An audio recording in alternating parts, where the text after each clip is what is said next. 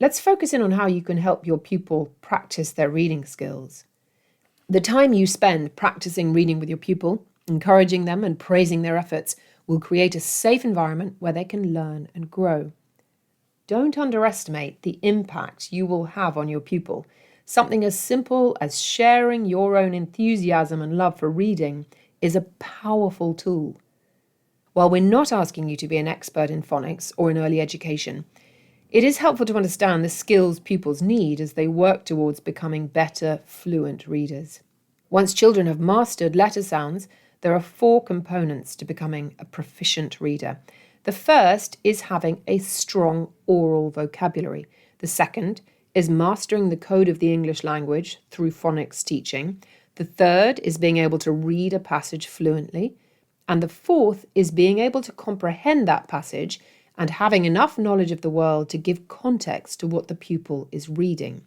These are all interrelated, and during the course of the year, you will help your pupil build these skills.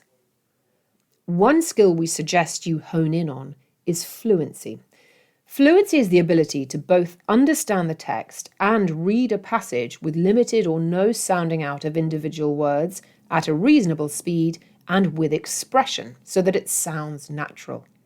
When reading fluently, the pupil doesn't need to expend too much processing power on a particular word and can think about the story in its totality. As we covered earlier in the training, children in UK schools are taught to read using a system called phonics. Phonics focuses on the sounds of letters in a word rather than their alphabet names, as it is easier for children to understand.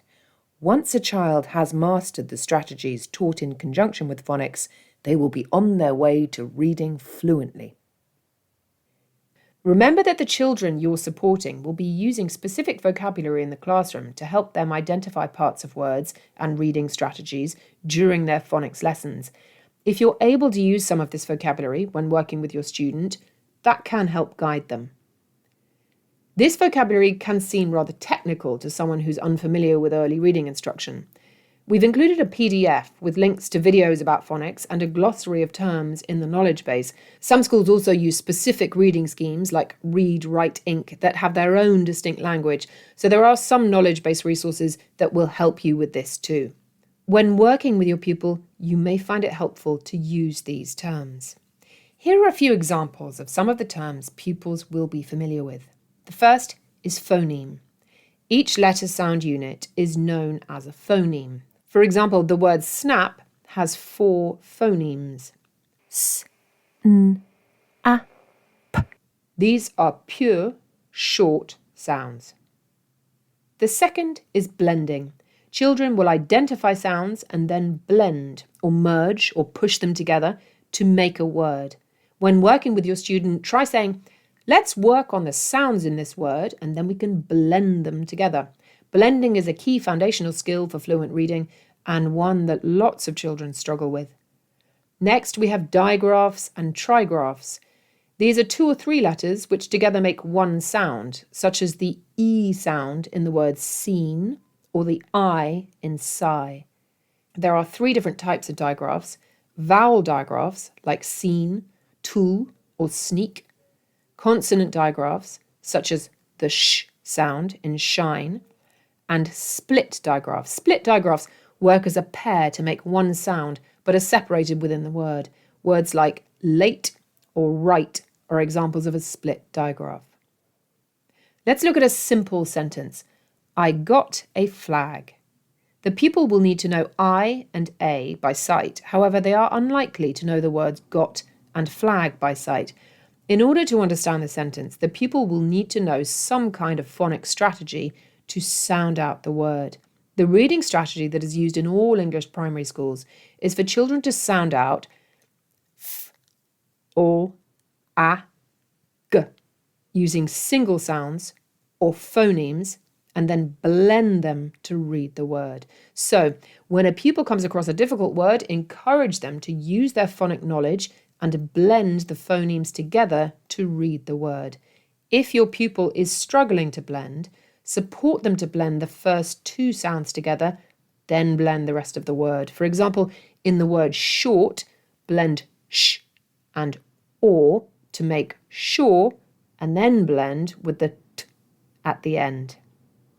Some people struggle to remember when to use which sound for a letter. Do remember that English has lots of alternative pronunciations. For example, the digraph CH can be said ch as in check, k as in school, or sh as in chef. You will recognise that as an adult without thinking. But if a child is struggling with which sound to use for a particular letter or group of letters, encourage them to sound out the word and see if it makes sense within the sentence. If it doesn't, suggest they experiment with a different sound or alternative pronunciation. While we want pupils to give the word a try, we don't want them to dwell too long on a word they just can't seem to identify. Ask your pupil to continue reading the sentence and return to the difficult word. There may be a cue in the story that will help the pupil identify the word.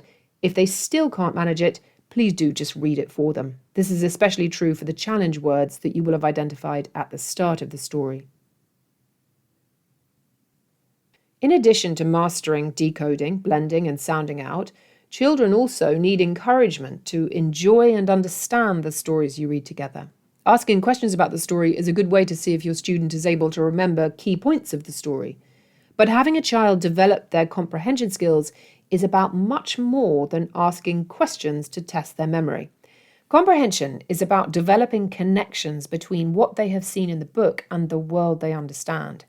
Can the student tell you about the story in their own words, or make connections between the story and their own experiences? How would they feel if they were a character in this story? Having empathy with characters helps create thoughtful readers. Not all stories include comprehension questions, but feel free to spend time asking your pupil about the story when you're finished reading. Did they like it? If so, why? You may also want to recap or retell a story at the end as a fun activity. It's a great skill for young readers to develop. If a story does include comprehension questions, they will be presented on your screen at the end of the story. The pupil screen will display pictures to help them remember what the story is about. In addition to developing phonics, fluency, and comprehension skills in reading sessions, children also need the opportunity to develop their communication or verbal and oracy skills. As you carry out the activities and read the stories with your child, take advantage of naturally occurring opportunities to hone these communication skills. For example, prompt your child to express their likes and dislikes about a particular story, make connections between the story and their own experiences, recap or retell the story in their own words. Alternatively, take the opportunity to get children engaged in natural, general conversations, such as describing what they did at the weekend.